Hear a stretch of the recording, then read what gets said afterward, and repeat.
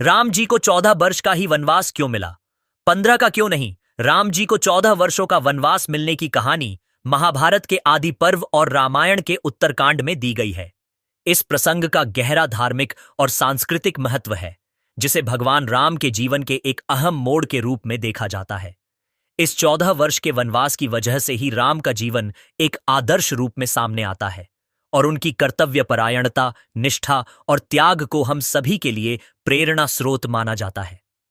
कैसे शुरू हुआ वनवास का आदेश? रामायण के अनुसार राम का जन्म अयोध्या के राजा दशरथ और उनकी पत्नी कौशल्या के यहां हुआ था। राम को जन्म से ही दिव्य गुण प्राप्त थे और वह आदर्श पुत्र, आदर्श भाई और आदर्श राजकुमार के रूप में प्रसिद्ध थे। उनकी बहनें और भाई भी उन्हीं के समान उच्च नैतिक मूल्यों के थे। लेकिन राम के जीवन में एक मोड़ तब आया जब राजा दशरथ ने अयोध्या के सिंहासन पर राम को उत्तराधिकारी बनाने का निर्णय लिया। राजा दशरथ का यह निर्णय उनके लिए एक चुनौती बन गया, क्योंकि उनके जीवन में पहले से ही कई समस्याएं थीं, जिनमें एक प्रमुख समस्या उनकी छोटी पत्नी कैकेयी की थी।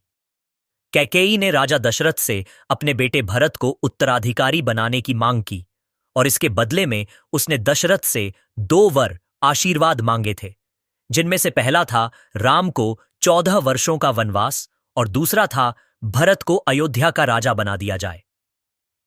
राम का आदर्श आचरण। राजा दशरथ ने अपनी वचनबद्धता के कारण इस मांग को स्वीकार किया, हालांकि उनका दिल यह आदेश देने से टूट चुका था। राम को जब इस बात का पता चला तो उन्होंने तुरंत अपनी माताओं और पिता के आदेश का पालन करने का निश्चय किया। राम ने अपने कर्तव्यों को सर्वोपरि माना और वह बिना किसी विरोध के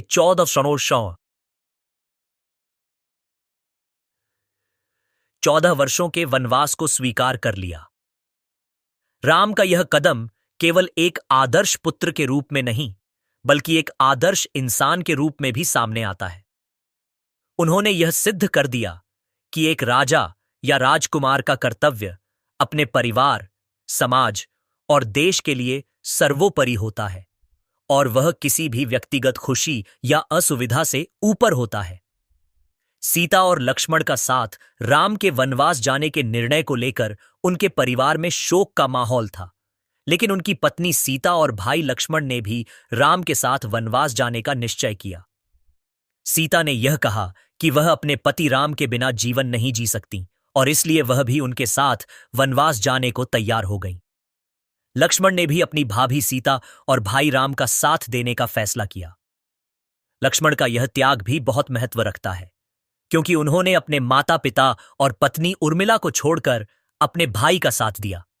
यह दिखाता है कि भाई भाई के रिश्ते में सच्ची निष्ठा और बलिदान की भावना होनी चाहिए।